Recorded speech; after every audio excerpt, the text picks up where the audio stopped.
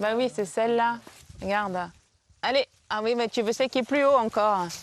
T'es pas chiante, toi, sérieux, Ramel? Stéphanie a changé de vie, elle en a eu plusieurs. Responsable qualité dans l'agroalimentaire, institutrice puis directrice d'école dans le Nord. La voici désormais éleveuse de chèvres en Berry.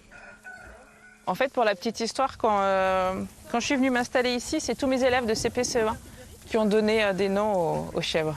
Moi, je commercialise seulement depuis 2 ans. Cette année, c'est vraiment la première année vraie, l'année de référence. Donc, j'ai pas encore assez de recul. Ce qui est sûr, c'est que voilà, on a 3 enfants et tout va bien.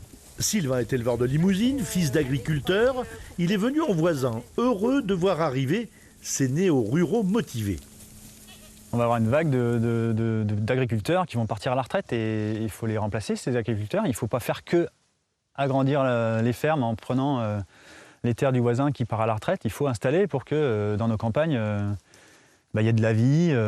Et l'exemple de Stéphanie ici, c'est parfait. Le fromage préféré des clients de Stéphanie, c'est le camembert au lait de chèvre. 1,3 litre de lait bio chacun. Il y en aura 46 aujourd'hui.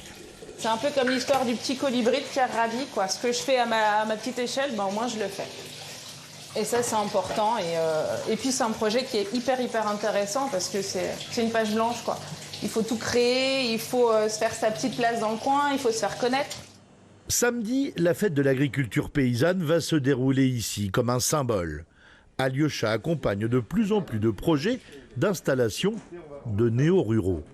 On les amène à découvrir un peu le métier, que ce soit à travers des stages, des formations, des temps collectifs, des discussions. On voit beaucoup sur les fermes des paysans et des paysannes du réseau. C'est hyper important en fait, parce que souvent du coup, les personnes ont vécu la même chose et ont eu le parcours. Près d'un agriculteur sur 2 atteint actuellement l'âge de la retraite.